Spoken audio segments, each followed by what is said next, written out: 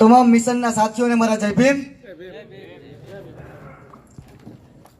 પહેલા તો હું એ વાત કરું છું કે અમારું આ ગણેશ ગોંડલના કેસમાં નામ આવે છે, તો ભાઈ કામ કર્યું છે તો નામ આવે છે. અમને કાંઈ કોઈથી બીક નથી અને અમને કાંઈ ફેર નથી પડતો. બીજું કે અમારો કોઈ દુશ્મન નથી, અમે કોઈના દુશ્મન નથી, પણ સમાજના જે દુશ્મનો છે એ અમારા દુશ્મન છે. પછી ભલે જે સમાજનો હોય કે બીજા કોઈ પણ સમાજનો હોય, પણ જે સમાજનો દુશ્મન છે એ અમારા દુશ્મન છે.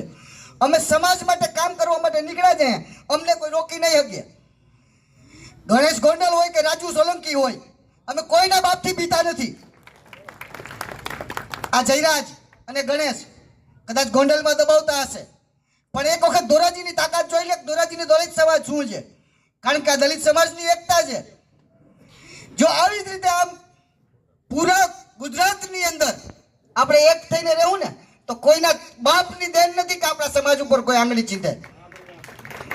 બીજું કે એટ્રોસિટી એક્ટ દિવસે ને દિવસે નબળી પડતી જાય છે.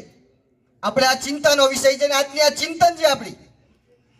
તો એટ્રોસિટી એક્ટ નબળી પાડવામાં જો કોઈનો હાથ હોય તો એ આપણો છે. આપણે ખુદ જ એટ્રોસિટી એક્ટ નબળી પાડી છે, કારણ કે 99% કિસ્સાઓ છે ને ખરેખર સાચા જ બને છે. જેટલા કેસ દાખલ થાય છે સાચા કેસ થાય છે. કારણ કે જ્યારે અમે પોલીસ સ્ટેશન જાય છે ને એટ્રોસિટી એક્ટમાં ગુનો દાખલ કરવા માટે, ત્યારે અમને ખબર છે કે કેટલી મહેનત પછી એટ્રોસિટી એક્ટનો ગુનો દાખલ થાય છે. આ મહેનત કરવી પડે છે, ઉજાગરા કરવા પડે છે, દોડવું પડે છે, કેટલા છેડા મારવા પડે છે, કેટલા પ્રેશર આપવા પડે છે આગેવાનોને, ત્યારે આ ગુનો દાખલ થાય છે. એમનેમાં ગુનો દાખલ નથી થતો. પણ જ્યારે આ ગુનો દાખલ કરાવવા માટે આગેવાનો મહેનત કરે છે, આ મહેનત કર્યા પછી સમાજના જે લોકો છે એ સમાધાન કરે છે. સમાધાન પાછળ ક્યાંક ને ક્યાંક પોતાની મજબૂરી હોય છે, ક્યાંક ને ક્યાંક પોતાની લાલચ હોય છે. આ લાલચ અને મજબૂરીના કારણે જે સમાધાન થાય છે ને ન થવા જોઈએ. કારણ કે આપણી લાલચ અને આપણી મજબૂરી જેના કારણે સમાજનું જે રક્ષણ છે, સમાજની ઢાલ છે એ હટે છે. જો મજબૂરી હોય, આપણને એમ લાગે કે આપણે આની સામે લડી શકવાના નથી, તો ખરેખર ગુનો દાખલ ન કરાય. શરણાગતિ પહેલા સ્વીકારી લેવાય. ગુનો દાખલ કરો ને પછી શરણાગતિ સ્વીકારો, એનો મતલબ શું?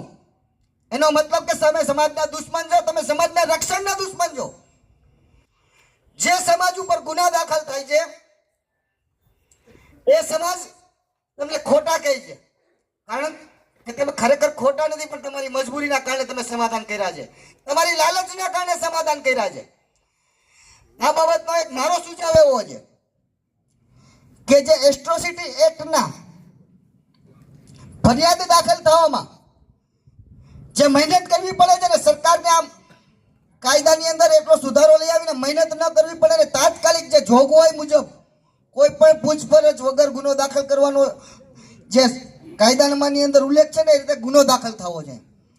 પણ આમાં ફેરફાર એવો કરવાનો છે કે ગુનો દાખલ થયા પછી જે ફરિયાદી છે એના ઘરને પ્રોટેક્શન મળવું જોઈએ. લોકોને પ્રોટેક્શન મળતું નથી. આ ખરેખર કાયદામાં જોગવાઈ છે, પણ સરકારની ક્યાંક આપણા તરફ ઉદાસીનતા હોય, જેના કારણે આપણને પ્રોટેક્શન નથી મળતું. બીજું કે આ કાયદામાં ફેરફાર એટલો લઈ આવે કે આ કાયદાની અંદર જો કોઈ ફરિયાદ કરનાર સમાધાન કરે તો એ સમાધાન કરનાર વ્યક્તિ પાસે જે કઈ સહાય આપી જાય પાછી લે. એ ઉપરાંત સરકારને જેટલો ખર્ચો થાય છે આ કેસ દાખલ થયા પછીની તપાસ માટે, એના માટે વાહનો દોડાવવા, એના માટે એના કર્મચારીઓને દોડાવવા, આનો પણ ખર્ચો જે સમાધાન કરનાર ફરિયાદી હોય ને એની પાસેથી લેવામાં આવે ને, તો એક પણ કેસની અંદર, એક પણ એટ્રોસિટીના કેસની અંદર સમાધાન નહીં થાય. આ સરકારને મારો સુઝાવ છે અને આના માટે અમે ચિંતન કરીએ છીએ.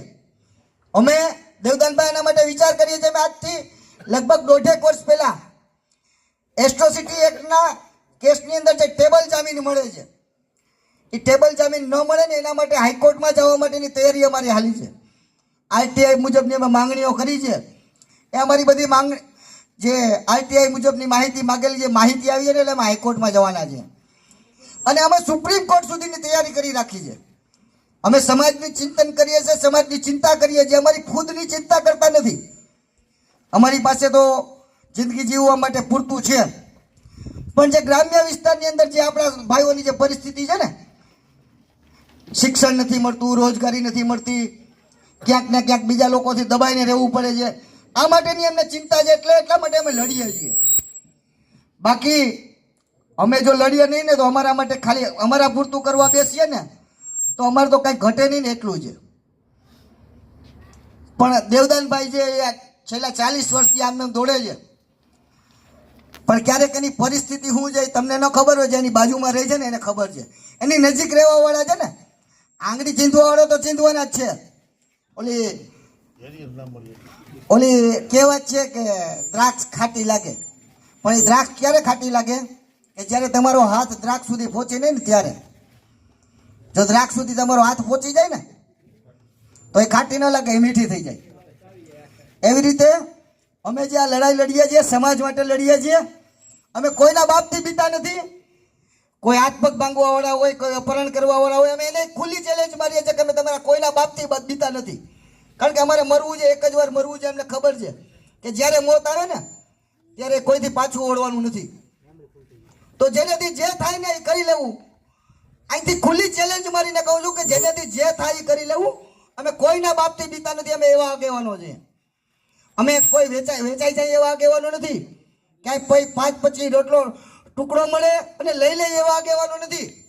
અમે સમાજ માટે લડવાવાળા આગેવાનો છે.